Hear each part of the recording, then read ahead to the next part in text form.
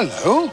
I've been listening to your conversation. We haven't been introduced, have we? This is no time for niceties. And that's what they want. Everything. They want Paul to open. Pull to open. Yes, and what do you do? Your brain tissue will expand under the stimulation. It's painful, I know, but it's better than dying. Resistance is inadvisable. Look here. Here come the drums!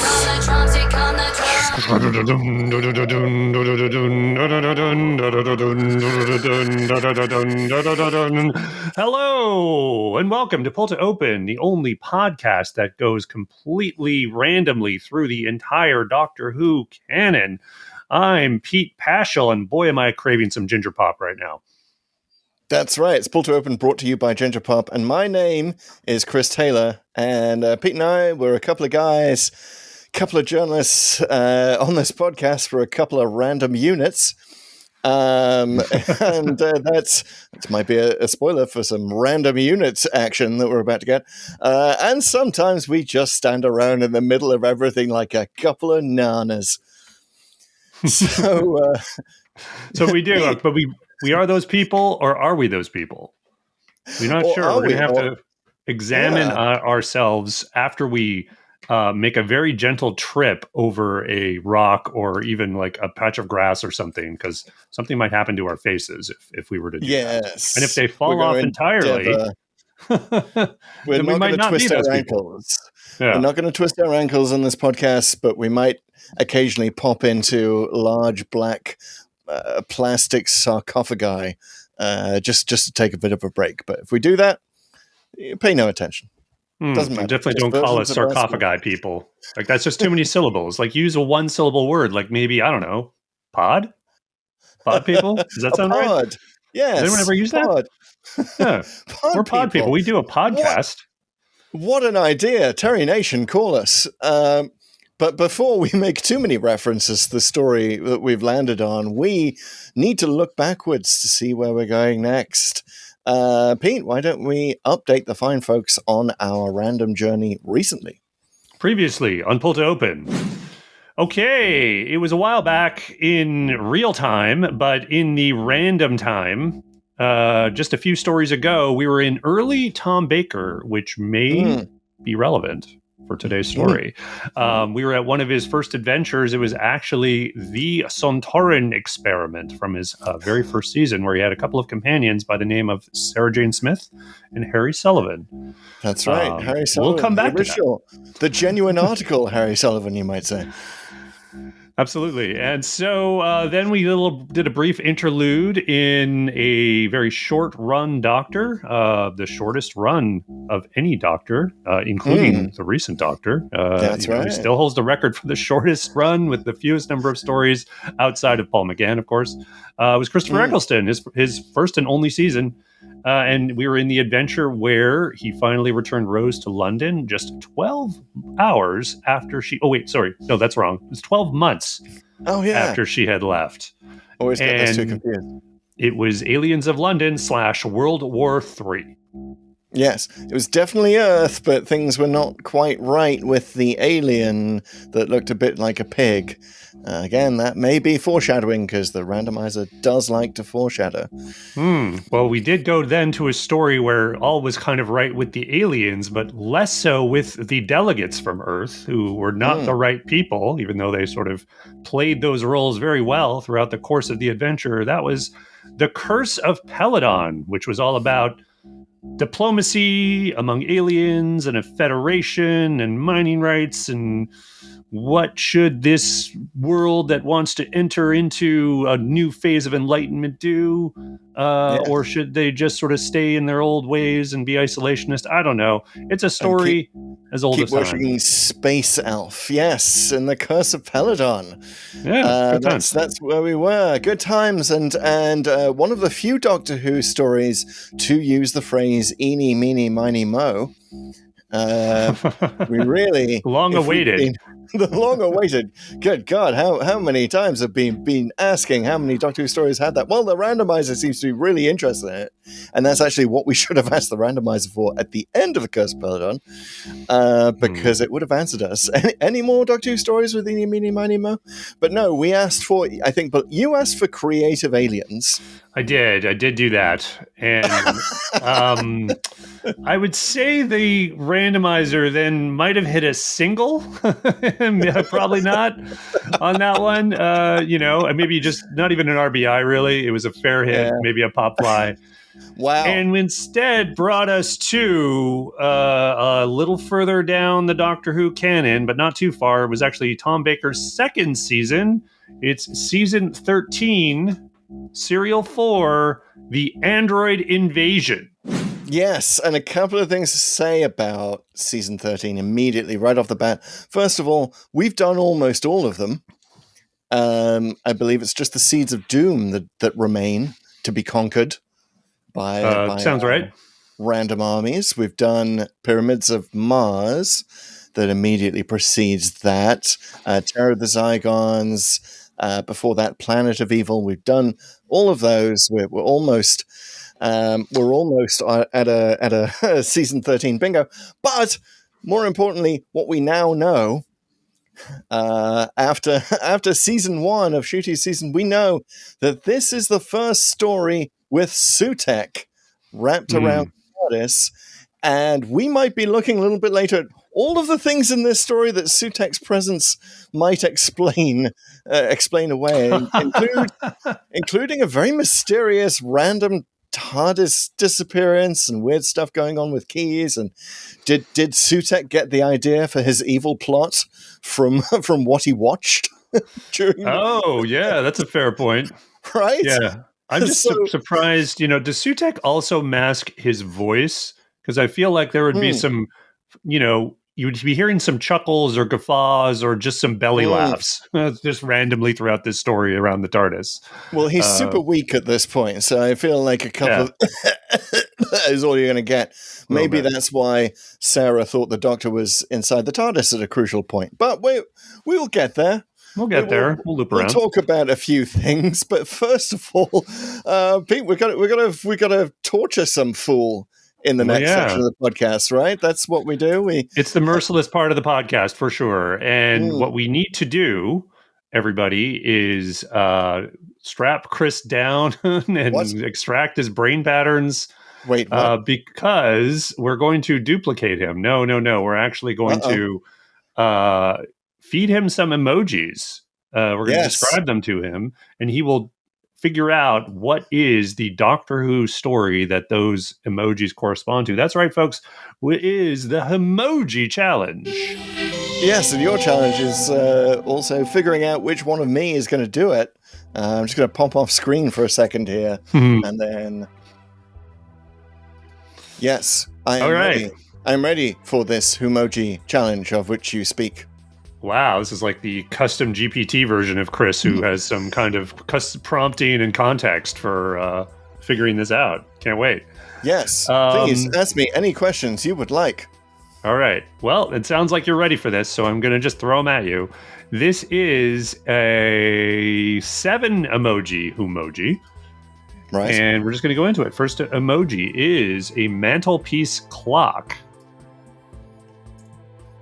All right. Okay. Second emoji.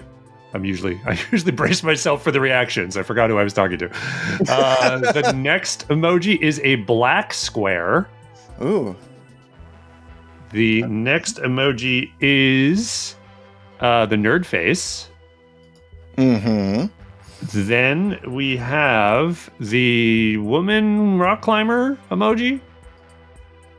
Okay. And then there is the male scientist.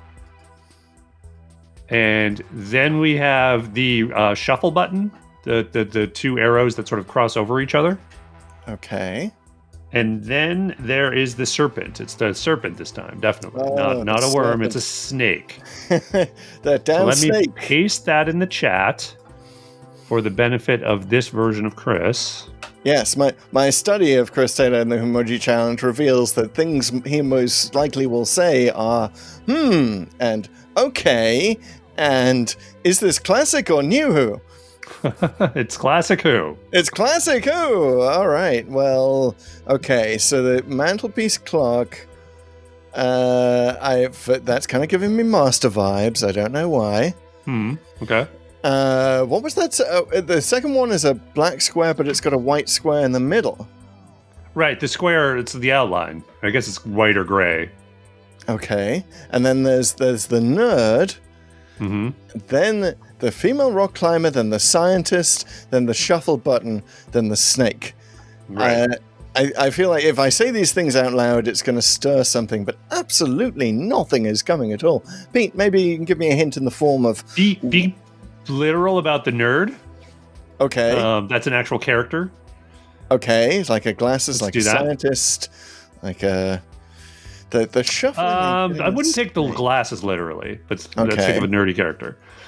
A nerdy character in classic. Think of classic Who stories that had someone dangling from something. That's where you might find the female rock climber. Is it Dragonfire? Ooh, it is not Dragonfire. Good guess though.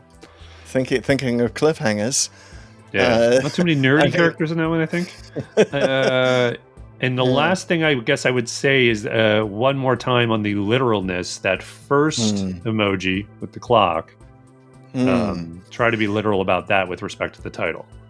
Oh, is it the time of the somethings? God, what was the time of in the classic show? Didn't say there was an of, but time flight? Time flight? It's not time flight. Oh, I was hoping for that pause before you punch the air and say, it's time flight. It's getting warm. How can you okay, hope things if you're just an android, though? I have hopes, I have dreams, or maybe I just have a ChatGPT heart. Well, okay, time. God, what are the time things? You're Time warm-ish. monster? Time No, monster? you're getting colder. So remember, it's classic Who. Time flight is warm, but it's not quite hot. So we're talking Davison. No, I didn't say that. I just say you're warmer than you are when you're at Time Monster. Oh man! So we're like talking end of Baker, and time and the Rani. It's not Time and the Rani. Oh wow! I'm striking out all over the place. People are yelling at the umpire to send me out of there, but no, for some reason, I'm still here. Apparently, I'm making baseball references as well. This must be the Android version of me. Okay, no, okay. Think about it. Nerdy character. People are dangling from things. Yes. Yeah. It's like. Is this something we've done? Am I going to feel? It is not something we've done. You might not have seen this, so I'm not sure if you've seen it. There we go. I feel less bad already. And I'm really hung up on the I'll last clue. I'll just say it's infamous. The twin dilemma? No. You're warmer. Twins.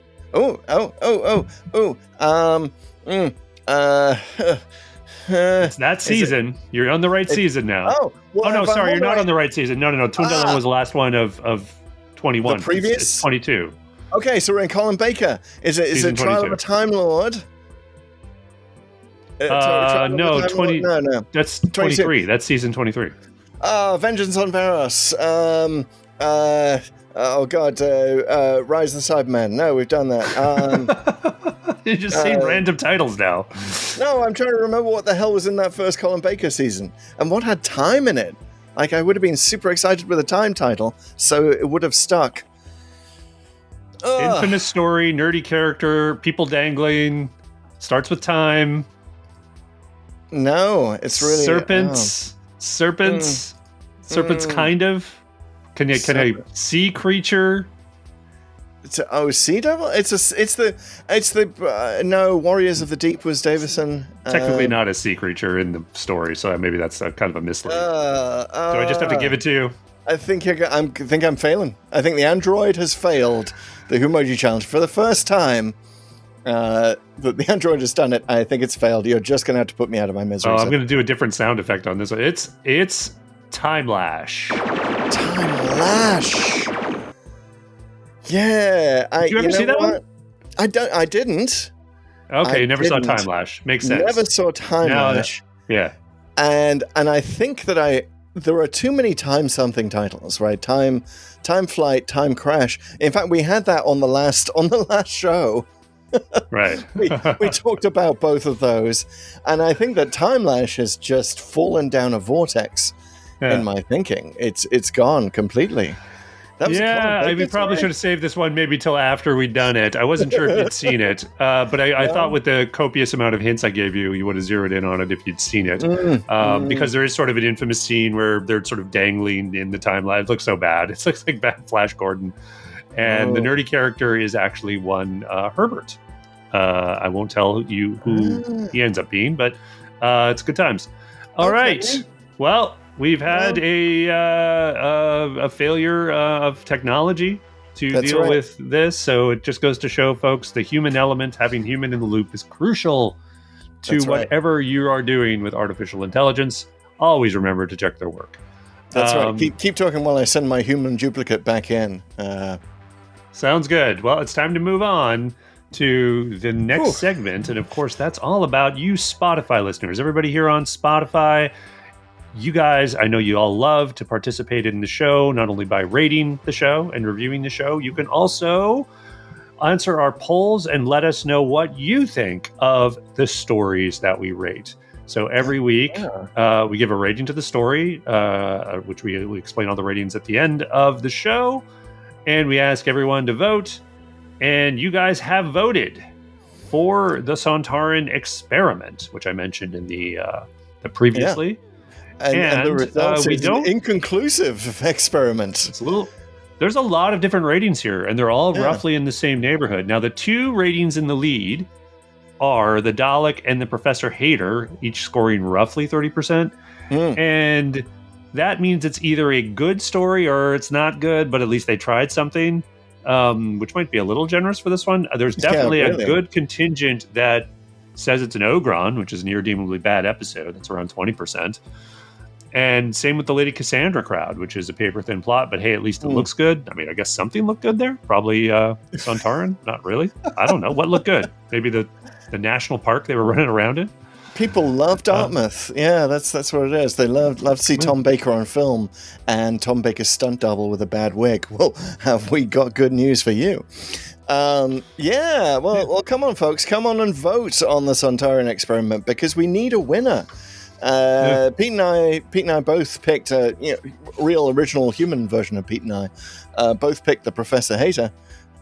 So we lean in that direction, but we're open to democracy. Whatever you want to rate it, go back to that story, and you could make the difference. The polls stay open for a long time, so if you're listening to this in the far future on a different planets, you can still go and vote on Spotify. And of course, you can also support the show on all of our social media accounts, whatever exists in your universe. TikTok, Blue Sky, Instagram, X. We're pulled to open on the first two, TikTok and Blue Sky. We're pulled to open 63, pretty much everywhere else. You can also be a true companion, not an android companion, not a stand-in for a companion, but no, a true companion of the podcast on YouTube by just kicking us a few bucks down there while you're watching. We make it very easy. It's slightly less easy on Spotify. If you want to scroll to the bottom of the show notes, you'll see a link to donate an amount that might correspond to your coffee budget for the week or the day or how much it costs you to go to your kitchen and make a cup of coffee. But anyway, if you think we're worth that, kick it our way. Send my Android double lots of Whomoji when you write a review. By the way, the best way to support the show, go to Apple Podcasts, write a review, and send more Whomoji, because my Android double might be defeated by this more easily the next time. And then you get to see him see his circuit short out. Which I think might be about to happen. Boy, perhaps. Sorry, I forgot to mention that last one was given to us the Whomoji from JC17 Ace. That's one of the last one in the batch he sent to us from Patreon. So thank you, Ace. Yeah, always Ace love getting yours. He's a good one with the old Whomoji, and he defeated my android double. I, however, remain undefeated. I'd just like to state retroactively that all of my Whomoji failures were my android double's fault. So. All right. Well, we'll have to check the watermarking on the responses a little later. But for now, we are definitely going to need your human brain because the way an android would do this is no doubt cheating because we need to get a no notes, completely from memory summary of the plot of the story we're about to talk about. That's right. We're about to enter the segment of the show we call TLDW, Too Long Didn't Watch, Too Long Doctor Who, where we allot a mere 30 seconds per classic Who episode to summarize the story. This is a 4-episode story, so the person summarizing has a full 2 minutes. Human Chris Taylor, are you ready to tell us all about what happened in the android invasion? I am. I'm going to have to refer to that old pull to open rule of never say for some reason during a plot that makes no sense because you'll waste a lot of time. We've done that a bit deliberately in the past, but I think I'm going to need my full on. I'm going to get pulled into so many rabbit holes here, Pete. You're going to have to help me out. Throw in a couple of ropes here when I get stuck in the vortex. Well, hopefully fewer than the Doctor and Sarah got pulled into over there on the Crawl planet, because they were going through a lot of those, crevasses or what have you. Yeah. Lots of things to fall into. So she falls into something that she really shouldn't fall into at all, and that's absolutely what I'm going to do in tribute to the late great Liz Sladen. All right, we're teetering on the edge. It's time to go over it. Here we go. It is the official pull to open summary of the android invasion in 3, 2, 1, go. So there's an android, and he's out of control, and he's dressed like a unit soldier, and he's walking along. And meanwhile, the Doctor and Sarah Jane land on what they think is Earth. It looks like Earth. It smells like Earth.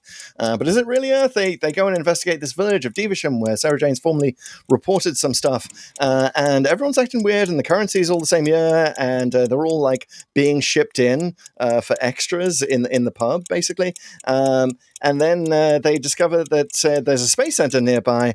30 seconds. And the Brigadier is supposed to be there, but he's not. There's a different guy. There's a guy who's an astronaut, and he's got an eye patch, and he points a gun at the Doctor. And there's also some chasing and shenanigans, and they hide. And there's a creature in there, and his name is Stigron, and he's one of the Kral, and the Kral are trying to invade Earth by producing this sort of copy of the village with the space center, where they try and keep tying the Doctor up. They tie him up to the mast, and they're going to destroy the village, and they're going to make it disappear because they're actually on an alien planet. And then the Doctor and Sarah get into this rocket where the astronaut, who's basically been brainwashed by Stigron into helping them to launch an invasion of Earth with androids that are then going to release a virus when they land at the real space center with the real Sergeant Benton and the real Harry Sullivan and a fake Brigadier. Minute 30. As opposed to the fake ones that we saw before. And then there's a fake Doctor. They've got a Doctor android. The Doctor reprograms it to knock out Stigron. Stigron dies of his own virus, but then everything's safe, and the Sarah and Doctor go off in the TARDIS again. Sarah refuses, accepts the Doctor's offer of a ride when she could have taken a taxi. But so on they go. And time. Perfect. Thanks. Way to go. Except that I think you mentioned the Brigadier. Yeah, I said fake Brigadier. The fake Brigadier, right. Which fake Brigadier. It's kind of ironic. Yeah, I get it. Because it's like he's the fake Brigadier in the sense that Nick Courtney wasn't available and they had to do some other character. In this case, a guy named Colonel Faraday. Yes, who originally was a brigadier. Nicholas Courtney wasn't available, so they were like, "Oh, we'll draft in another character who's also a brigadier." And I like to think that they saw his comedy Colonel performance and basically busted him down to Colonel.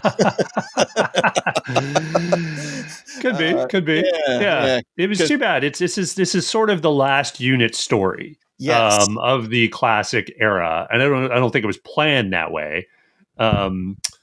But it's essentially the last time we see any unit people until I guess Modern Undead, although that's obviously that's the Brigadier, even though there's nothing to do with the unit. And then you finally see sort of unit again in the Five Doctors, and then subsequently there's other stuff, obviously. Yeah, it's mostly really a new.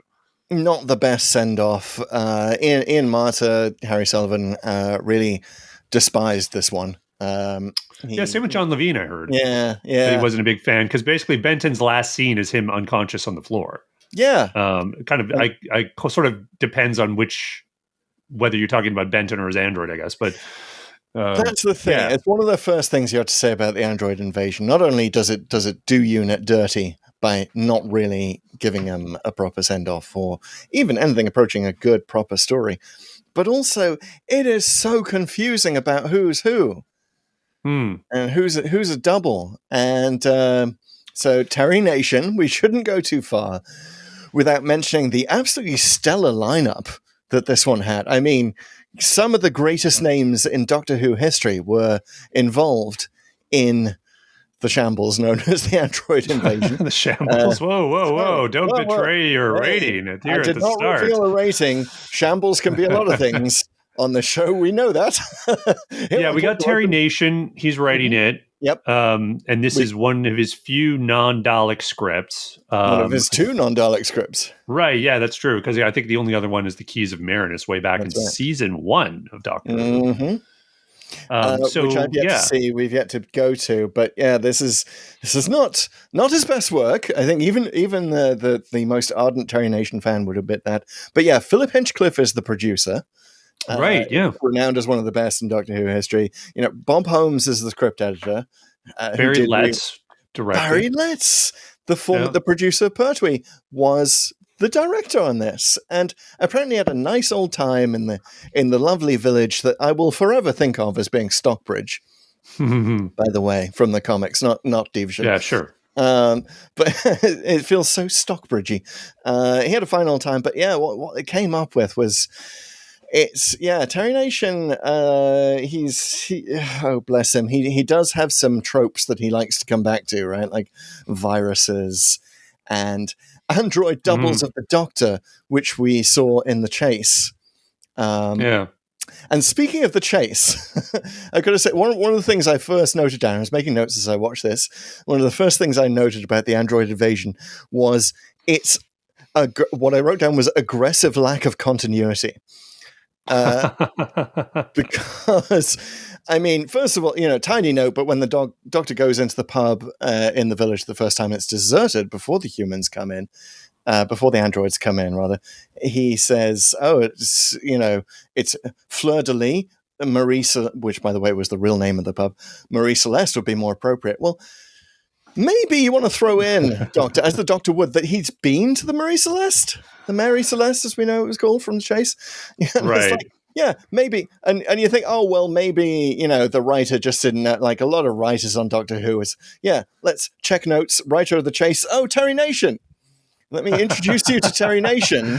Well, I'll correct you here in that this they never actually find out about the name of the ship. Ian does. The Doctor doesn't. Sorry. Good point. Ian relates it to Barbara, and only Barbara, when they get in the TARDIS. And shortly after that, they're off back to London, 1965. So there's every chance the Doctor just never figured out that was the Mary Celeste. I don't know if this has ever been touched upon in other media. Thank you. I do enjoy your encyclopedic that is really brilliant. You're absolutely right. Okay, but to continue the aggressive discontinuity, finger guns. And finger guns, and you love the finger guns on the androids, and you're not going to mention Autons at all. Doctor's going to be like, wait, this is just like the Autons. You're going to bring out characters who are dressed like the ambassadors from Ambassadors in Space, right? Yeah, which is not too far off. Ambassadors of Death, right? Ambassadors of Death, yes. In their space outfits, and you're not going to mention that. They're And just then different enough, though. I get it. They have echoes, but it's not like the same sort of padding and bulbous sort of stuff on them. I love the finger guns. I like that they are sort of Auton-like, but they're not Auton. So right away you're like, oh, these aren't Autons. If you're sort of thinking back, so this must be something else. And the fact that they're literally like, I don't know if they've ever done this in Doctor Who since, because they have little holes on the Findex fingers, and it's literally like how you would do two two two two two, like they're doing finger guns. And I thought that's pretty funny. It does give Tom Baker the chance to have that line later on. Oh, are those things loaded? Yeah. Pointing your fingers. Are they loaded? Oh. So go on. Finish your list of aggressive non-continuity or whatever it was. The other thing is, just unit, just like the unit discontinuity, and just like anything. Yeah, like just lousy. Yeah, there's not much there. Exactly. It's just sort of like it's like this is an ersatz unit. But I'll also say that when we see, the cliffhangers in Android Invasion need a lot of work, and may have one of the worst cliffhangers in Who. We'll get to that. Which one? The G-Force. I don't know. Actually, it's funny. These episode 3 cliffhangers, we're now 2 in a row where it's just kind of weirdly edited, or they picked an odd choice of how to emphasize the cliffhanger. Because we just did Curse of Peladon, where it's just that horrible edit of Arcturus shooting, and you actually need it explained by the Doctor 30 seconds later. Yeah. And in this one, it just felt like there was some kind of missing moment.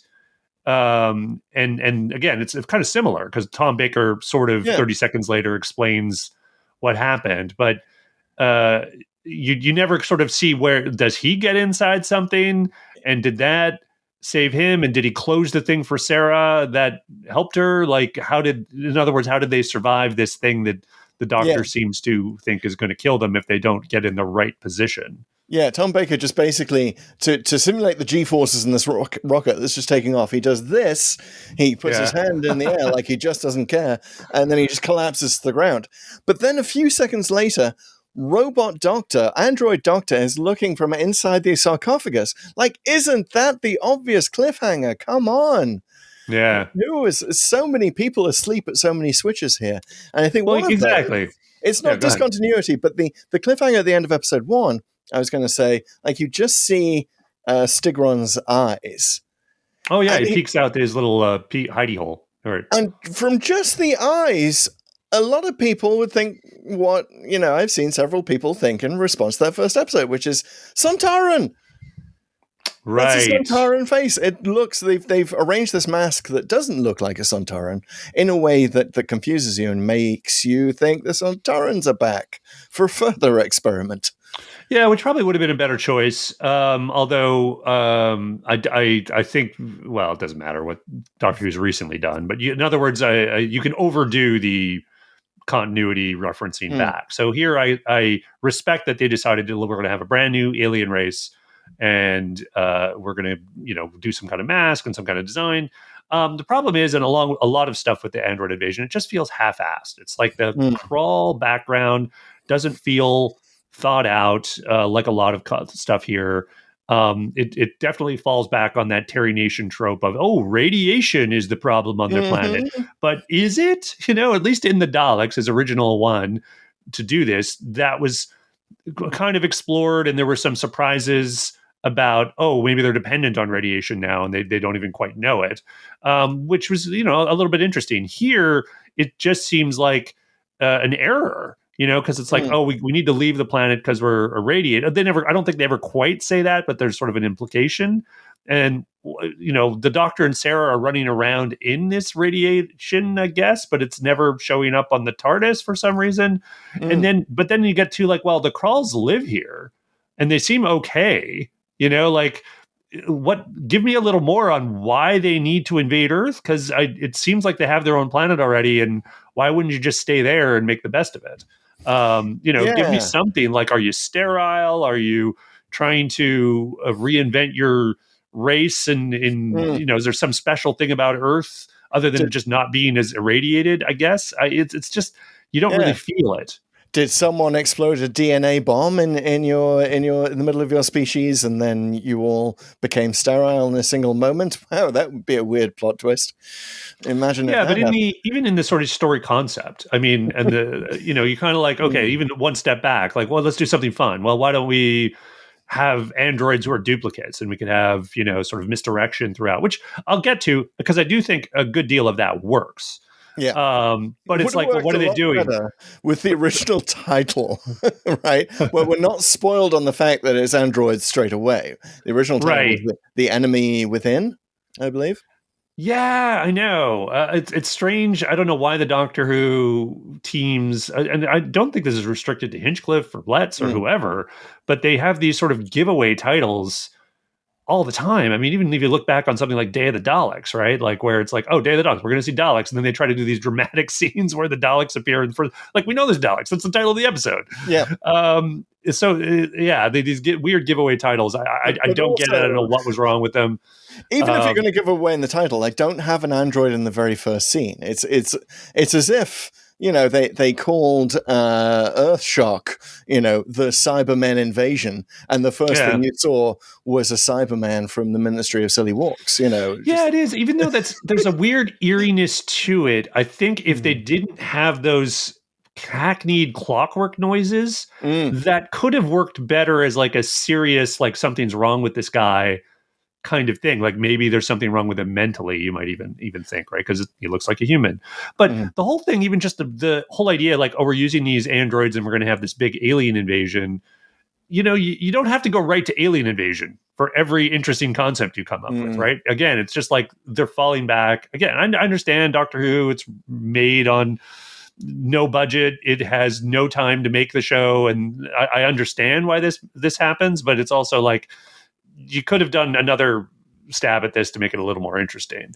Yeah, and just that there's too many twists. It's almost New Who-ish in that sense. It's like a Moffat story where it's just, and now so we've got androids are in this village. Oh, but the village is not even on Earth, and then it's too much. Well, and I think Terry Nation's original inspiration for this was a story.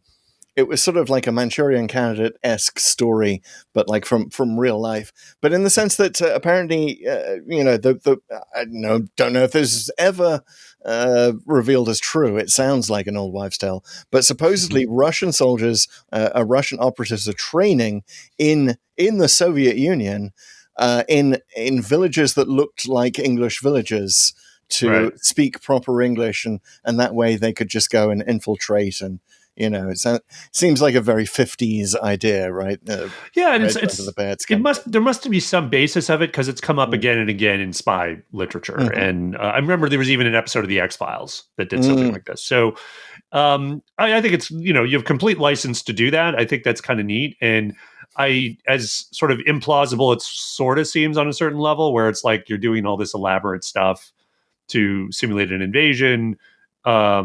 It kind of feels like you should have no trouble invading if you have this level of sophistication. But all that said, I think that really works. So structurally in the android invasion, and this is kind of true of a lot of Doctor Who, but the beginning and the end are very strong. The middle is a lot of back and forth and repetitive storytelling around, in this case, running around a village as opposed to corridors, which is at least a little bit fresher. But there's not a lot there in the middle. And it just sort of does some interesting guesswork as to what, not quite guesswork, but because you kind of know the android Sarah, which is like one of the big sort of twists in episode 2 or so, where it's like, oh, she's replaced because she's captured. And then android Sarah tries to figure out what the Doctor's doing, I guess, is that's the whole infiltration aspect of it. But we all know it's an android. From the get-go. And I think even the Doctor kind of knows clearly, particularly when he mentions, like, gives her the ginger pop, which is the giveaway. Because in scene 1, she said, like, oh, I can't stand it. But here's the thing.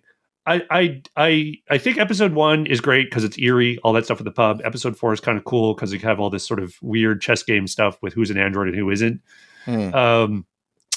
But generally, I think there's a weird meta level to this, because I think something like the Sarah being the android thing probably seemed really sophisticated at the time. It probably seemed like a really cool twist, and but there's just so much hand holding to it that watching it now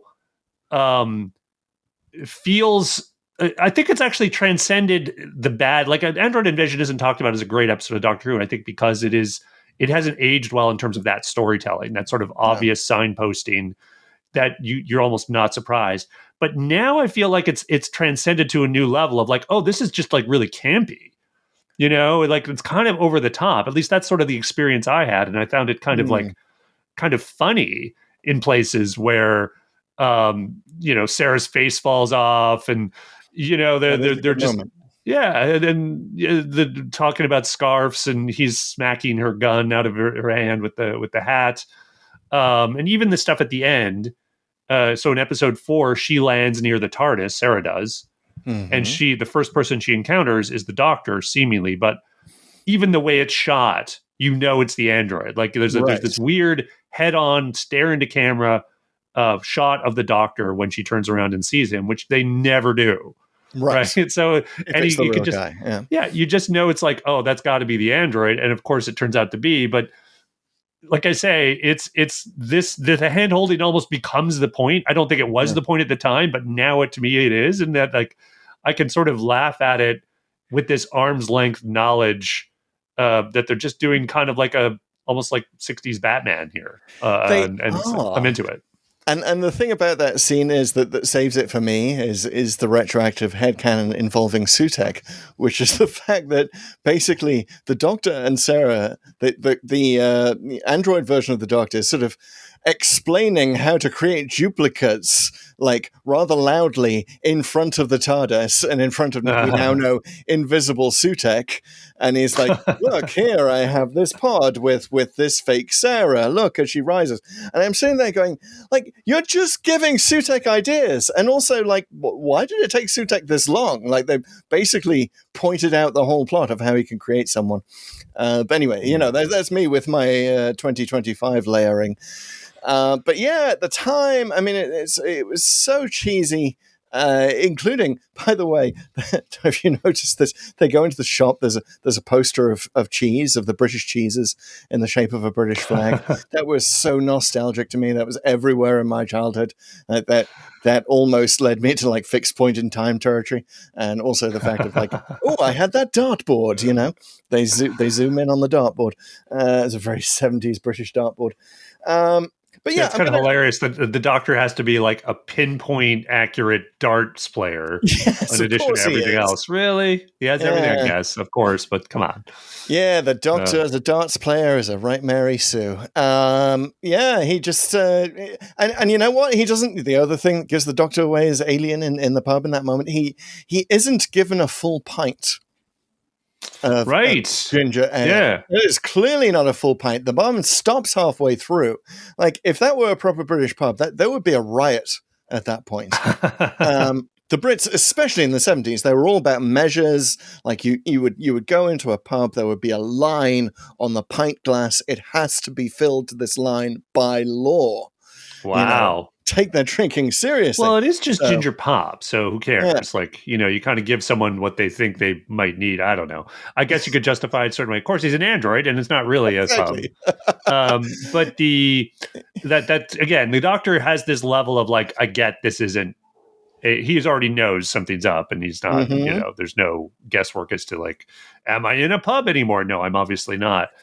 Well, speaking of guesswork, should we talk dating controversy? Because this is like, we're straight out to Pyramids of Mars, the story that not just wraps Sutek around the TARDIS, but also kickstarts the unit dating controversy when Sarah says that her time is 1980. And here, all Doctor Who fans at the moment where the Doctor and Sarah are like pulling change out of pockets and they're saying, it's all the same year. We are all in unison screaming, which year? Just tell us which year. But we do get the calendar, which I think is one of the creepiest things in the village, where the Doctor like tears the date off the calendar and it's all Monday, the 6th of July. Now, Monday, the 6th of July, was 1981. Had a Monday, the 6th of July. So it's close. And also, spookily enough, personally enough, the very first diary I had while I wrote about Doctor Who has its last entry on Monday, the 6th of July. Oh, wow. 1981. So, yeah. Ooh, spooky. Something about Davison made you stop writing. Yes. Well, it was, I guess the season was over like a few months before I'd written that classic entry on Doctor Who Regenerated. And that was my entire commentary on it. Well, it's all like, you always kind of look at the technology involved too. So Crayford, who is the astronaut that the Kralls have captured, he apparently ended up going all the way out to Jupiter. He sort of says at one point, which is like, okay, that's future. That's certainly a future of today, here in 2025. It's unclear if he intended to go to Jupiter though, because like something went wrong. So maybe he was like Buck Rogers and thrown into deep space, which I guess is deep space for certainly 20th or 21st century. I gotta say, I love the British space program. It's pretty advanced. It's pretty advanced, but it's also just a few people sitting around in a room being very British. And there's not like if it were Houston and if this were American entertainment, they'd be like when Crayford lands and they're all like, "Hey, yeah, we brought him back." Everyone would be standing up and cheering. You'd hear the sweeping score, and here it's just like, "Oof, well, that was a bit. Oh, do you fancy a coffee?"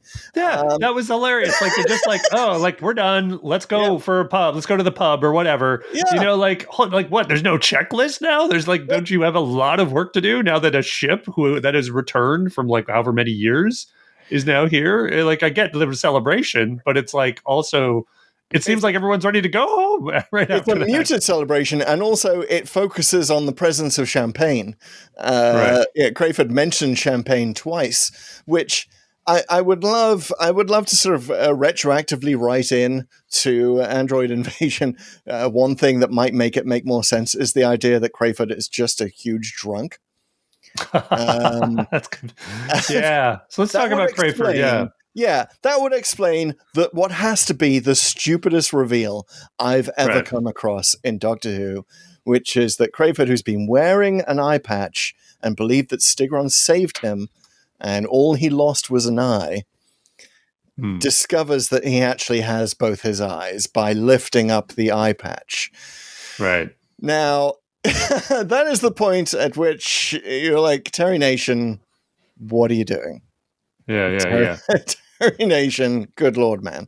It's nuts. I mean, it implies like he's never taken it off, not even to go to sleep. Yep. Like he's kind of rolling around with the eye patch on.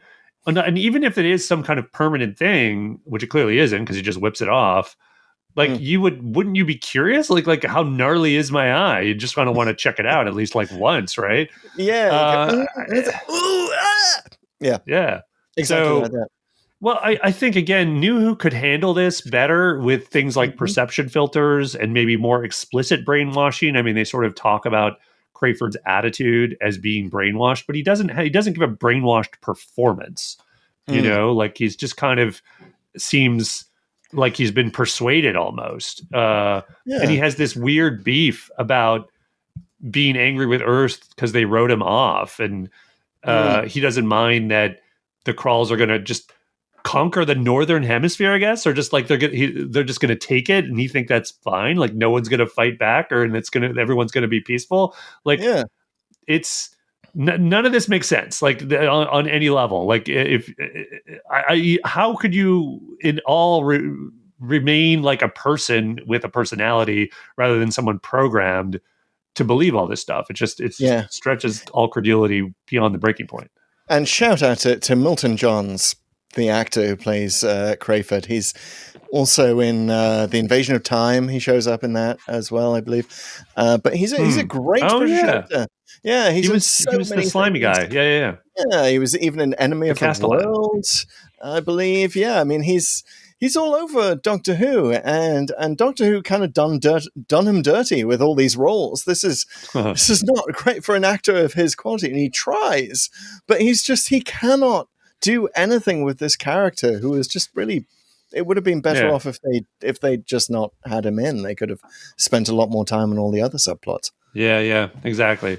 So, like, again, things I really like about the story is that first episode, particularly the scene where the pub androids sort of come in and they're all kind of just standing around and getting ready to perform, and then they're activated. Like, all this weird eeriness that results. And then even the stuff after that, because the doctor goes off and then Sarah is revealed, and then everyone just kind of stomps and stares at her. That's a creepy scene. And I love Sladen, Miss Liz Sladen's performance here, because she's just like, oh man, I'm kind of in trouble, but you know what? I'm just gonna go for this. I'm gonna You absolutely believe, as a fellow journalist, I'm sure you absolutely believe in that moment that she is a journalist, where she's just like, hey, I'm going to talk to the source at the bar that I had from my previous story, and there's sort of the bonhomie that you have to put on when you get into difficult situations with sources who won't speak, sources who suddenly clam up. That's definitely what's going on here. But yeah, you're not wrong. I mean,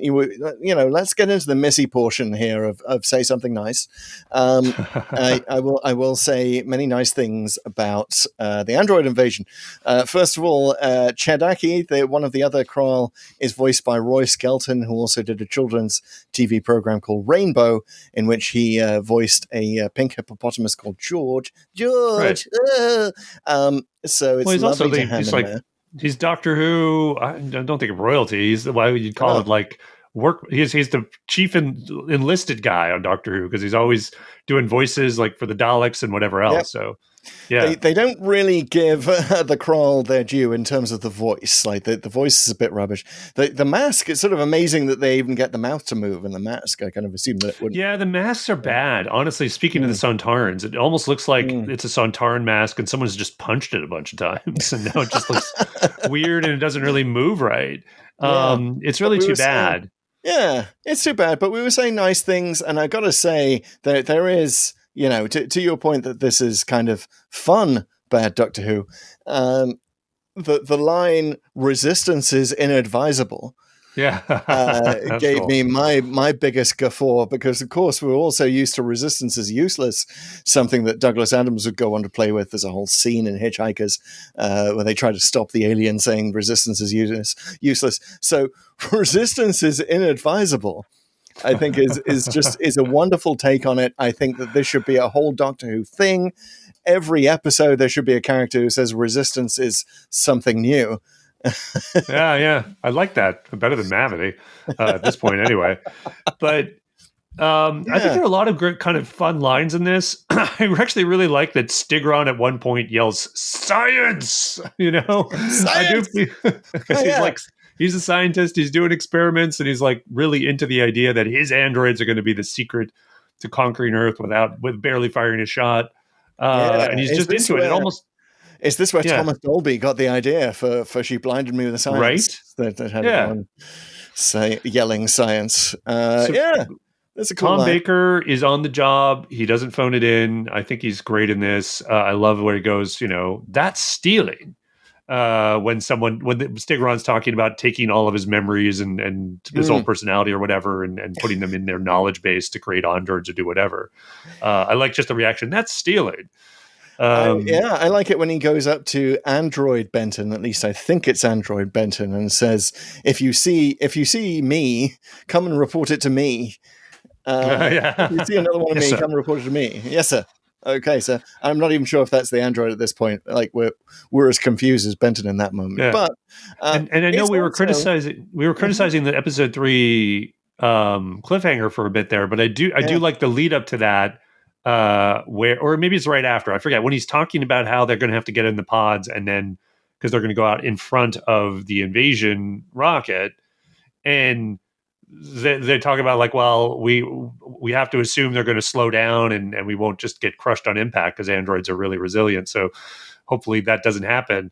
And so Sarah sort of summarizes like, well, if we have to rely on all this stuff, otherwise we're dead, right? And it's like, yeah, so that's the one problem with the plan. We could both die. It's not quite the line, but it's a neat little summary and exchange between the two of them. Just a fun moment. So there's stuff here, and like apparently Liz Sladen and Tom Baker in scenes like that, some of that was improvised. So they didn't love the draft of the script, and I guess let's sort of let them fill in the gaps on various things, including the final scene where she's like, "No, I'm getting a cab," and then he's like, "Well, I'll give you a lift home," and she's like, "Okay," but just the way they're playing it, you know, she doesn't mean it, right? Like, you know, she's like, "Oh, I'm gonna go," and she kind of gives him almost a sly look, and he's like, "Oh, well, how about I give you a lift?" And she's like, "All right, just one lift," and we all know it's not. Liz Sladen and Tom Baker, they're absolute delights. It's almost like this is later Tom Baker, isn't it? It's almost like Graham Williams' Tom Baker, where he's ad-libbing all over the place. But to your point, yes, he's having much more fun doing it this time, and sort of hamming it up a little bit. Except he got a bit enthusiastic in doing his own stunts, swallowed a bunch of brackish water. Right. And had to get his stomach pumped. Tom Baker had to get his stomach pumped. I'm just going to leave that there with no comment. Well, it's funny, like, you think about all the things, we went to the Sontaran experiment, broke his collarbone. Yeah. Right? We went to the pirate planet where he got bit by a dog on his face. And this one, he's swallowing water, getting his stomach pumped. I mean, man, this guy's given a lot to this role. He went through a lot. He is absolutely iconic, of course. This is the first outing for the oatmeal outfit. That oatmeal coat that, if you're on YouTube, you can see it right there. This is the Dr. Double, by the way. Oh no, he's pointing a gun at me. But yeah, he's got that oatmeal coat. But his outfit is so iconic that the android has to replicate it in every respect. There's like. They've got some kind of tiny knitting drones inside those pods, I think, to create that scarf. Like, which does make those final scenes a bit confusing. Like, maybe the android could have like ripped off the scarf, be like, scarves, they're not cool. Or maybe had his hat at a less jaunty angle. Yeah. You know, something to distinguish them. This is the hat definitely pegs it as like earlier Tom Baker, but he's definitely hit his stride and he's really loving it. I got to say, this is a great episode, I think, for Liz Sladen, maybe less of a great episode for Sarah, the character, because she gets captured a couple times, even though she does some stuff, like she frees the doctor a couple times. But there's twice where she's like calling to the doctor, maybe even more than twice, from behind some corner, because he's just sort of escaped, and sometimes it's her and sometimes it's the android. And I think, just unless you were going to do something more clever there, like once was enough. Like there's just sort of Terry Nation is almost aping his own script. Because he's just kind of out of ideas. Over here, doctor, over here. Like 3 or 4 times. Absolutely interminable. But she gets to play Fembot Sarah in a fun way, which is kind of neat. That is a cool scene. I'll say that's something nice, I could say, is when she falls over for no reason, as Sarah seems to do a lot in this story. No reason. She falls over and her faceplate falls off. God, I hate it when that happens. So yeah, that's kind of creepy. It's kind of got, prisoner vibes. We actually mentioned The Prisoner in our hot take on Wish World. Go listen to that. A little bit light, prisoner light. Yeah, but there's so much here that just doesn't get explained. Like, what happened to the invasion fleet is one thing. Yeah. Why was the Doctor's android wearing holographic clothes? Basically, the clothes disappear when the android dies. Like, what is they just was he projecting that scarf the whole time? Yeah. I don't like that stuff where they have some special effect to show that something is a robot or whatever. Or like this, they would do this all the time with Anthony Ainley when he would take off disguises during the Davison era, which I would have much rather he literally just takes off a mask or makeup or whatever, because it is Anthony Ainley in makeup. Like, you might as well just take off the makeup. Anyway, that's neither here nor there. But the concept of just put a special effect because we're a sci-fi show to show this thing, I don't think it serves well, and certainly not in these scenes.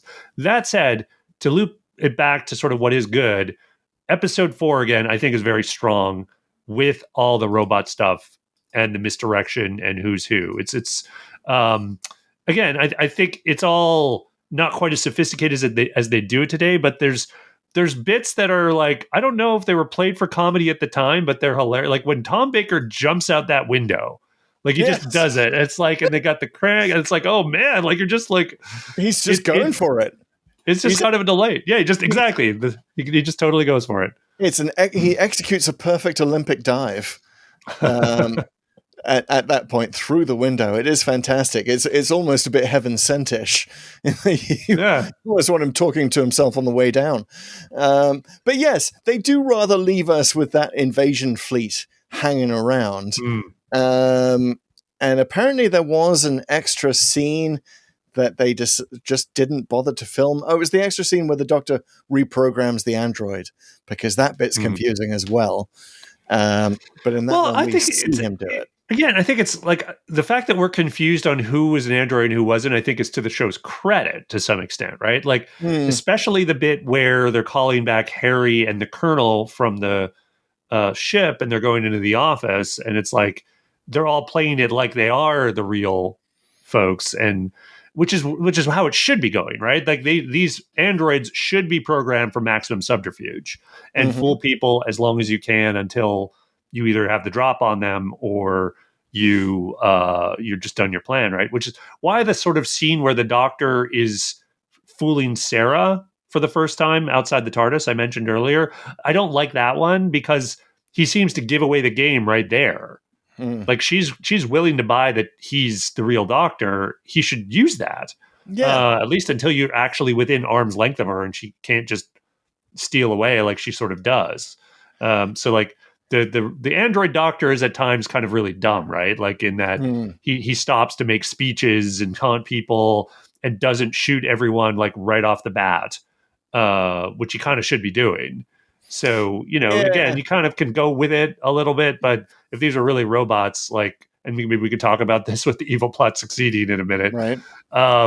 You get the feeling like it would have been a lot easier if he just shot everybody. But, I know that Daleks, this really could have been a better multi-Doctor story.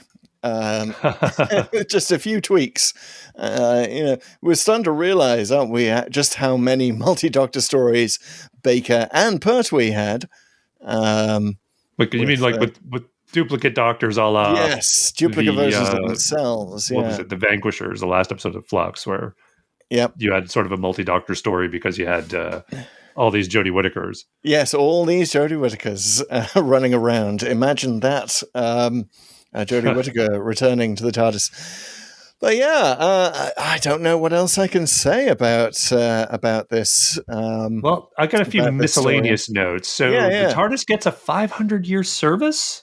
I think that could just be the Doctor being silly about it, but it does kind of make sense, if you get some, like any piece of technology needs to be serviced and it's supposedly obsolete and it's gotten better TARDISes. I wish they'd kind of get back to the TARDIS being a little less awesome, right. I know it can be random and finicky, and we explored that with the Doctor's wife, but the idea that it's a time ship but it's kind of a naff time ship, I think I like that idea, we should try to get back to it.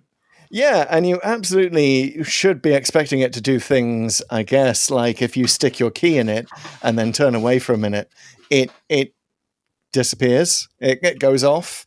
Yeah, well, supposedly, like I understood what they were doing because, and it's kind of a ridiculous feature, but I've encountered ridiculous features in gadgets before that are probably worse than that. But it is like it was on its way to Earth. It got confused because the crawl planet looked like where it was trying to go, so it got there, and then, but once they put the key in it, it's like, oh, okay, great, now it's time to go to where I was going in the first place, and it goes, which is silly. That's like nuts. Like, why would that activate the dematerialization? But what's even more nuts is that it goes to Earth. The unit finds it.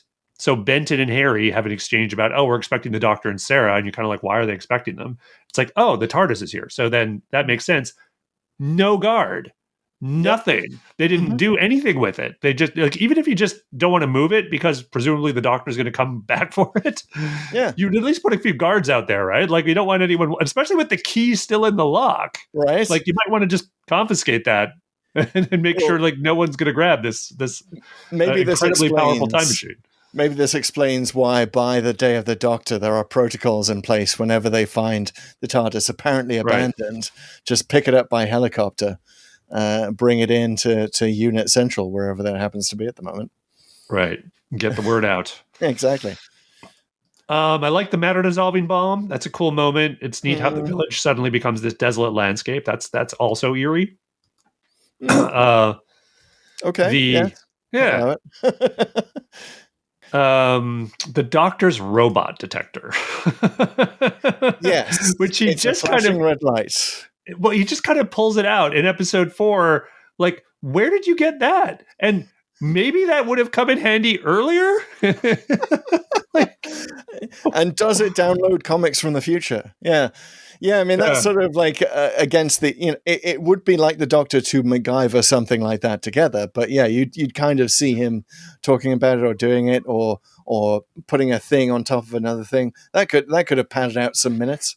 You could have just had a really quick exchange between Crayford and Stigron. Like, these androids are getting really good, Stigron. Like, or like, how are we going to discern them? It's like, well, I built this thing. We're going to be able to detect what's an android and what isn't to just confirm it. The Doctor just steals it. Yes. Like that's all you got to do.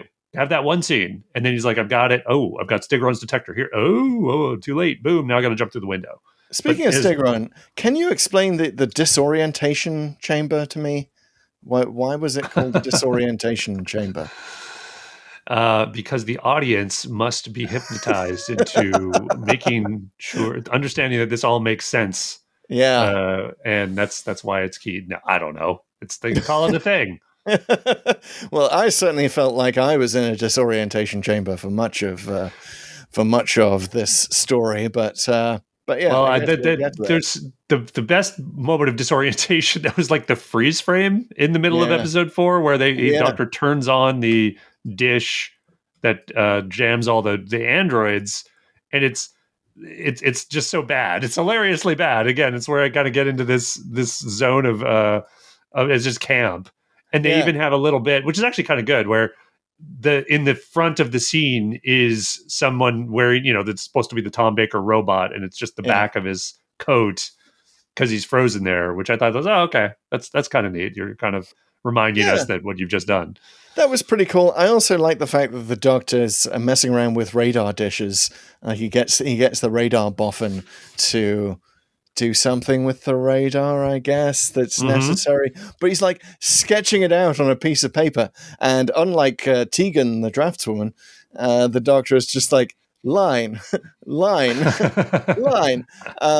So it's not really very explanatory. But I also, like, speaking of needing to have your headcanon kind of activated as you stumble through the android invasion, had that moment of like, oh, Doctor, radar dishes, you're too interested in radar dishes. It's going to be your downfall. They really like, that's like Legopolis. Hindsight did some foreshadowing for sure. Well, that might answer the question of where they were going with Tom Baker's regeneration, but we have some other questions to answer, and those are the 4 questions to Doomsday. First question, why did the randomizer take us here? Well, clearly there's the eeny, meeny, miny, mo aspect from Curse of Peladon, but there's also like the Wish World connection, right? There's a lot of connections to the new season here. I do have to say it does put any problems with modern Who in context, because I would rather watch the Robot Revolution a dozen times than have to sit through the Android Invasion again. Sorry, Android Invasion stands.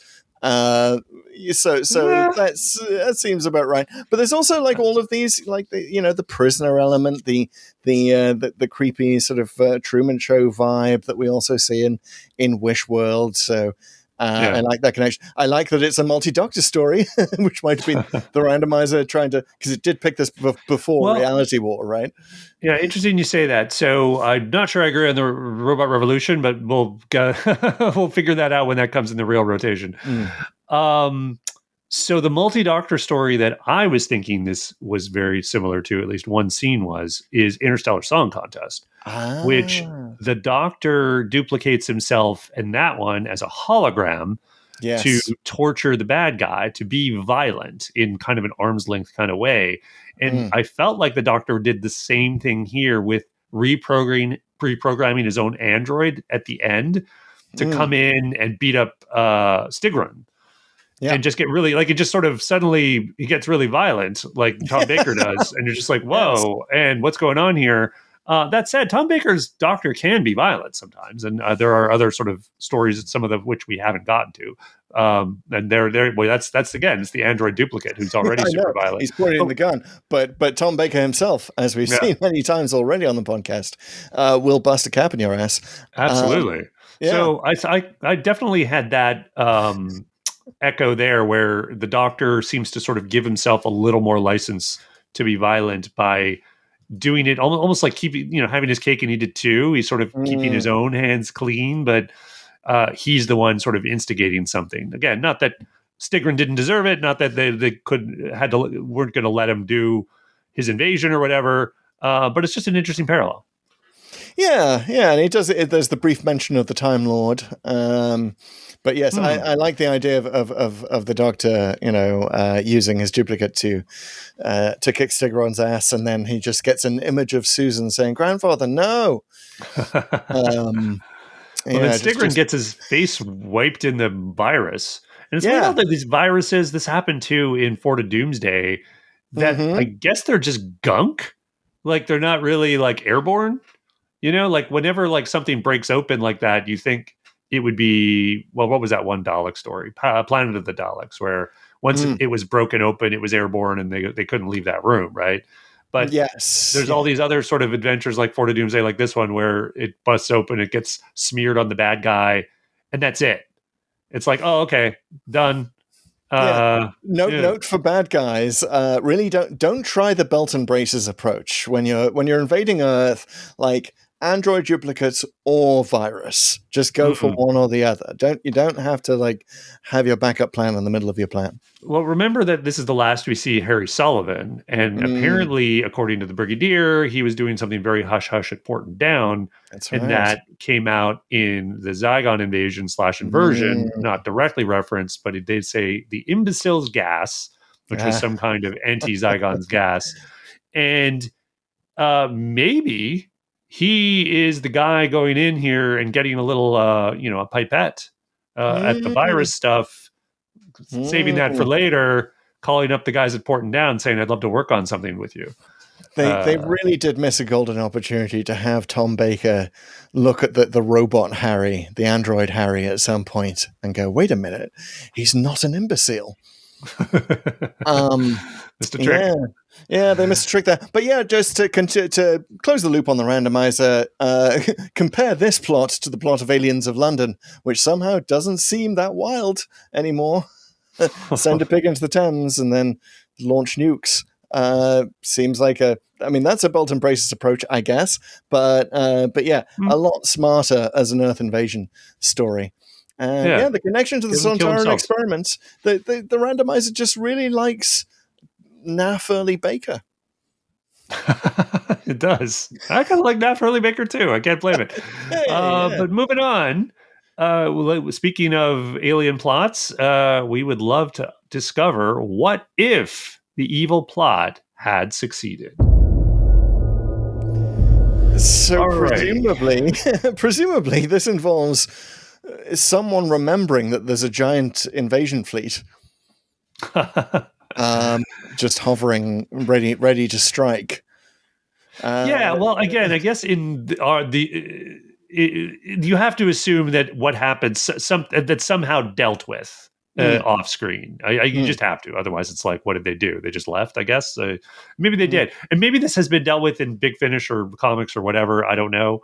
But something happened to it. So I think you kind of have to focus on what happens in the Space Center. And like I said earlier, let's presume the androids are just are competent. Like they kill the people who could stop them, particularly the people they're duplicating, because it's kind of silly that Harry and the Colonel are just tied up in the rocket. Like, why are they still alive?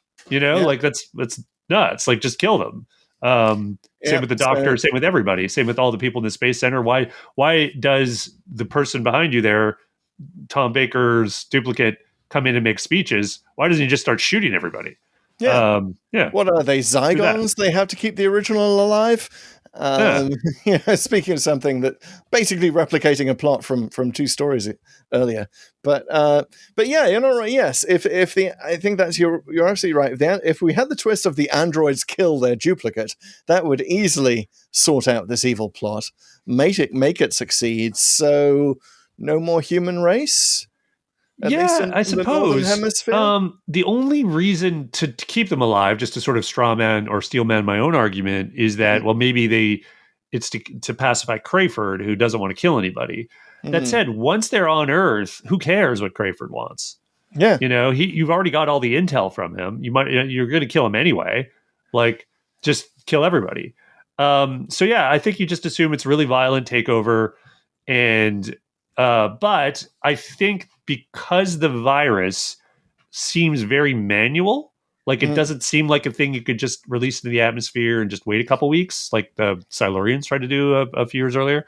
Right. I think what happens is it's almost like a slow invasion.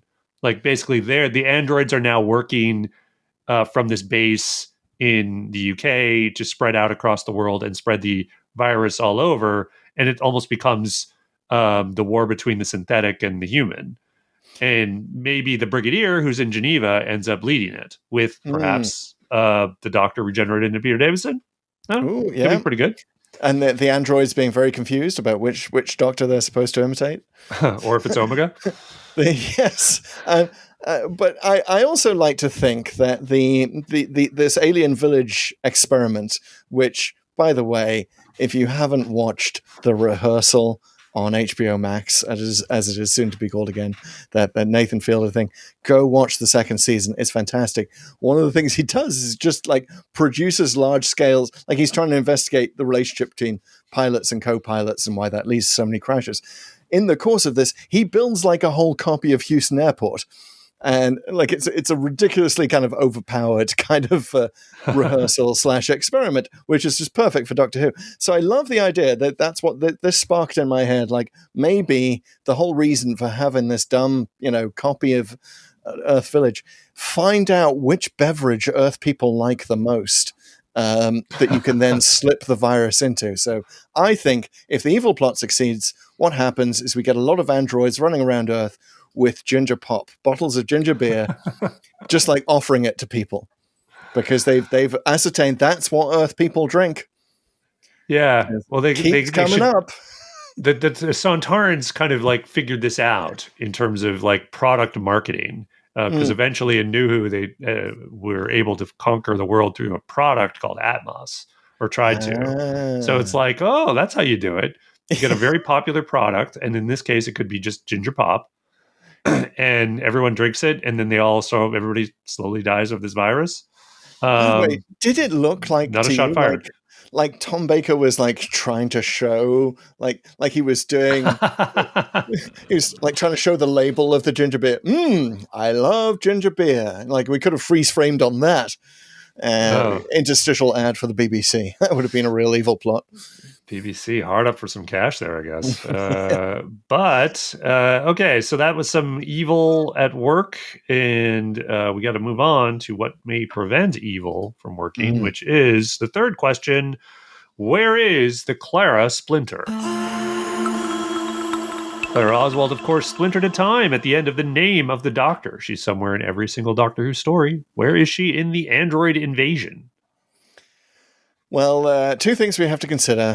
First of all, I feel like the Time Lords would be aware that there's something a bit weird with this TARDIS.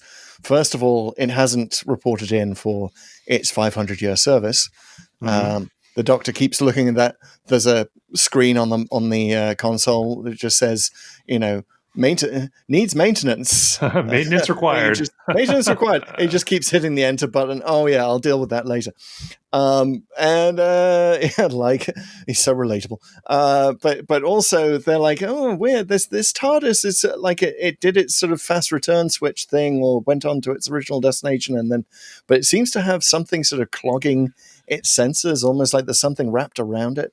So I like to think that Time Lady Clara is there, beginning her investigation into Sutek. Now, interesting. That's not enough Claras for this story. What we need for this story is a whole like Krull invasion fleet of Claras. There's a lot of Claras, yeah. Yeah. They're all just, maybe there's just a few of them who are just like spreading the word of like, oh, we don't want to invade Earth. Let's go have ginger beer, guys. Their reserves of ginger beer is not as great as this other planet elsewhere. Let's go invade that, she says in her Krull guise. Nice. Should have worked harder to make her case, probably. I think there's so many plot holes here, it's hard to pick one. I initially thought about the robot detector and thought, well, maybe this was a unit project that was done based on the Doctor's research. And then when she was the scientist in charge of it, and then when she heard the Doctor's TARDIS was turning up, she basically FedExes it over to the space center so that it's right there for him to pick up in the lobby, and he kind of does that off screen really quickly. Someone's like, "Oh, Doctor, wait, your son, maybe your intern from after Joe built this thing." Oh yeah. Oh, yeah. You look familiar. Oh, never mind. But yeah, I love that idea that she's also there because I feel like someone at the space center has to prevent them from pulling out the champagne. Because if they get drunk at this point, that's not going to help anyone. So she's going around like removing all the ice, so they can't put the champagne on ice. Like it's just going to be warm. They're not going to drink it. Or she's hiding the bottles. I don't know. Replacing the champagne with ginger pop. Yeah, she's looking out for everyone, getting their work done. Alrighty, moving on to the final question, but not before I tell you all about our newsletter. So you can follow Pull to Open in many ways. Like we said earlier, we're all over the socials at Pull to Open or Pull to Open 63, but you can also subscribe to our newsletter at pulltoopen.net, where you can get complete notes on every random episode we talk about. There's always a few things we don't get to, so there's fresh content. Please subscribe and come on and support the pod in that other way. And now it is time for the final question, the ultimate question, the only question that matters for the android invasion. What did we think of this story? The Pull to Open rating system has 7 ratings. There's the Dalek, which we give to a good episode of Doctor Who. The Ogron, which we give to an irredeemably bad episode of Doctor Who. The Professor Hater, which we give to a not good episode, but hey, at least they tried something. The Viscount Banger, which we reserve for the best of the best. The Fixed Point in Time, which is a show beyond rating, usually for reasons of nostalgia. The Lady Cassandra, which is a paper-thin plot, but hey, at least it looks good. Or the Zarbi, which is a story that is so bad, but it's kind of good. Well, Pete, I gotta say I'm grateful to you, and I one of the reasons I love doing these podcasts is that you can change my mind a little bit, because I'm always keen to avoid the Ogron if I can. There are some stories where it's just unavoidable, and this one I was like, oh, I don't know, maybe that cheese poster and the dartboard are enough to give it a fixed point in time. Maybe the fact that I was probably watching this age 2 is enough to give it a fixed point in time. Anything like, and I mean, so I got to say, last night when I was settling on my rating, I was like, I was going to do this whole thing where it's like, it's a hybrid, but it's an Ogron hybrid, because the Ogron has made an android copy of itself, and like it's just Ogrons making copies of themselves into eternity. But no, I think that I can give it the slightly softer hybrid rating of it's a Professor Ogron. Because I still think it's bad. I don't think there's enough funny for a Zarbi. I don't think there's enough pretty for a Cassandra. But I do think that it feels like they learned something here. It feels like this was an important lesson for Philip Hinchcliffe. To be like, yeah, no, you can't just hire Terry Nation and stick them together with Barry Letts and hope that this will work out into a story. In fact, don't really hire Terry Nation for anything. Other than Dalek stories. Other than Dalek stories. And even then, give it to your brash new script editor, although that would be a later lesson for his final story, Destiny of the Daleks, where Douglas Adams would come in and rewrite him. But yeah, I think they sort of, this feels like the end of a lot of sort of the cheesy era of 50s, 60s British sci-fi, where it was all like, body snatchers or people have been, or people in villages have been taken over. Like, I feel like it just feels so dated. Might have done even then. Yeah, like I say, I think you're right. I just think it's more fun today than maybe it has been over the past 30 plus years. And there was definitely something in the air at the time, right? There was body snatchers, there was the Stepford Wives, like the fembot stuff all comes from the Bionic Woman, which was roughly around the same time. Even earlier, like Star Trek had episodes, the one that always comes to mind with androids is What Are Little Girls Made Of? And all of those, some were great, some weren't. But they're all kind of like it looking back at a lot of that stuff now, a lot of the storytelling is a bit hammy and obvious. And maybe they, even with the android invasion, they kind of thought they were doing something a bit tense, scary, suspenseful. But now, like, I feel like, there's this layer of camp on top of it as things have gotten more sophisticated. And, especially things like the clockwork noises, which, they spoil things, but it's like, ooh, you're kind of in this sort of fun kind of like, ooh, there's robots here, etc. kind of place. And if you sort of buy into this idea that it can just be kind of a campy take on something that maybe should be serious, I think it works. So if you just want to have a good laugh at Benton shooting the doctor and him saying satisfied, I think I invite you to, because I sure did. That was super fun. I had a lot of good time with especially episode 4, which has all that sort of back and forth. When we finished it off, I watched this with Grace. She thought it was fun, and she equally thought like sort of the misdirection between the android versions of people and the real versions was fairly clever. Even though the whole thing was a bit of a poof and it was gone. I like that. I like that we conduct slightly different experiments every time. Oh, did I say my rating, by the way? It's a Zarbi. Yes. So bad it's good. So bad it's good. Invite your friends over to laugh at it, not with it. We did conduct slightly different experiments this time. I watched it alone, so that might have skewed my rating. But now I know, hey, maybe I'll invite some friends over. We'll get out the popcorn. Maybe I'll invite some Android versions of my friends over to watch this, and they will laugh mechanically in all the right places. But nice. Good. Thank you for softening my feelings about the Android invasion. It's really, really good to know that you and Grace liked it. All right, schedule your second viewing sometime, but make sure it's in between the viewing of whatever adventure we are going to next, because it is time to turn the key in our time ship, go inside. Don't let it go off on its own. We have to go with it. Because it's time to activate the randomizer.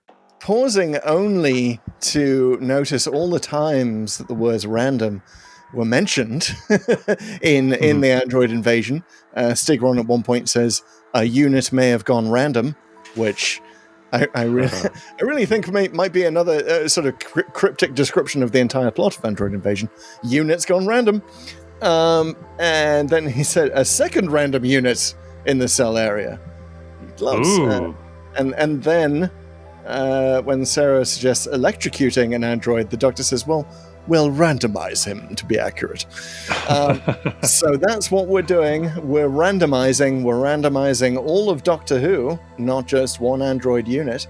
And the way we do this is the randomizer has two components. Peter's sitting in the controls of one. That's the codex. That's the complete list of Doctor Who stories in the order that they were actually supposed to be, in the order that we saw them. But we we don't do anything that linear. We're super timey-wimey in a wibbly-wobbly ball of stuff.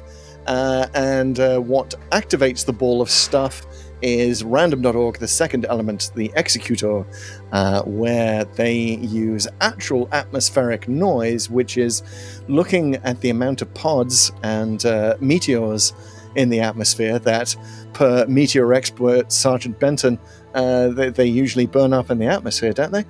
I love how Benton becomes an astronomer in this. But yes, they use atmospheric noise. They look to the skies instead of producing an algorithm, because computers are notoriously bad at random numbers. So Pete gives me the total number of Doctor Who stories that we have yet to watch, including Wish World / Reality War, the latest one. All the way up. All the way up. And Pete, what is the magic number? The number is 177. 177. As you might expect, after 2 seasons of Ncuti Gatwa's stuff, a lot of those adventures are towards the end of the codex. There's a big gap between the Church and Ruby Road and everything afterward that we obviously have not done properly, just done hot there. It's pretty amazing. So doing this week after week, you sort of think you know where you are with the numbers, right? Because I'm never looking at the codex. In case you want to peek behind the scenes, I never look at the codex when we're doing this. Pete's got the codex. That's right. But I think with the Android invasion, the number like 36 came up. It was something in that realm. And I'm like, 36? Right, yeah. Oh, that's got to be like... in my head, I'm thinking maybe that's Troughton, maybe it's Pertwee. But no, we've done so much of the first 3 Doctors that 36 is actually... in the Tom Baker era. So the randomizer's kind of been a bit top heavy and kind of tilted towards the old show, you might say, a little bit. Yeah. Because there's gaps in Matt Smith, there's gaps in Tennant, right? There's kind of like scattered stuff in Tennant because he's done a lot. There's a big gap in Smith and a big gap in Trout. We do like to challenge the randomizer. The randomizer. I'll give the randomizer a few sort of mini challenges. Okay. Starting with a triple Yahtzee, I feel like we're being drawn towards Enemy of the World, right? Because Milton Johns is in it. David Troughton was in it. He was in the Curse of Pyron, and he's also in Enemy of the World with his dad. You're going to play roulette here? You're going to put it all on one number? Yeah, I'm also going to say, if you don't want to do that, like maybe take us to randomizer. Are there any other Doctor Who stories where the Doctor says "eeny, meeny, miny, mo"? Because we've now seen him do that in 2 different incarnations. I'm kind of wondering if it's his sort of favorite way of randomizing his direction himself. Interesting. Maybe it's the constant, the way you can sort of link stories, for sure. Okay. Eeny, meeny, miny, mo. That's a good one. And Enemy of the World, by the way, is 22, in case you wanted to know. Ooh. So you'll know right off the bat whether or not. Place your bets. So this story featured an alien invasion. I hear that's a popular plot in Doctor Who. What? They've done that? So I want to go to another story with an alien invasion of Earth, one that makes even less sense than what the Kralls are doing. Ooh, you risk the wrath of the randomizer, sir. I do. I'm going for it, though. Yeah, I mean, of course, the Daleks master plan still exists out there. So does Wish World in the Reality War. So that's true. Alien invasions to make no sense. I mean, Dalek invasion of Earth. We still got to do that. Yeah. All right. Well, let's give me a countdown, and we will collapse the possibilities into one Schrodinger's cat. In 4, 3, 2, 1. 137. We're in New Who. 137 is The Caretaker. Oh, okay. Yeah. It's back to Capaldi. It's back to favorite Doctor. Yeah, the favorite Doctor. The Doctor's comfort of the randomizer, food. that is. Yes. we're going back to Coal Hill School. Yeah. All right. Wow. Could be interesting. Yeah, there's an alien invasion in that, right? I can't remember. Well, it's one of we'll those find not as out. memorable episodes. Stuff happens in it, though. There's probably something that doesn't make sense, whether it's an alien invasion or something else.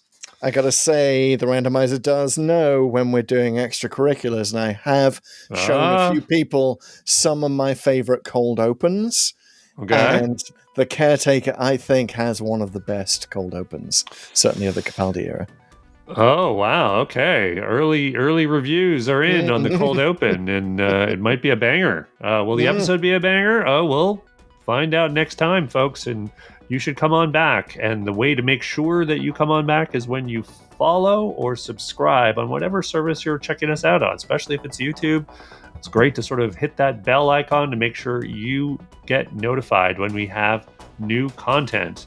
But absolutely the best thing you can do if you already follow the podcast, if you want to support the show, is to share it with a friend. So please do that.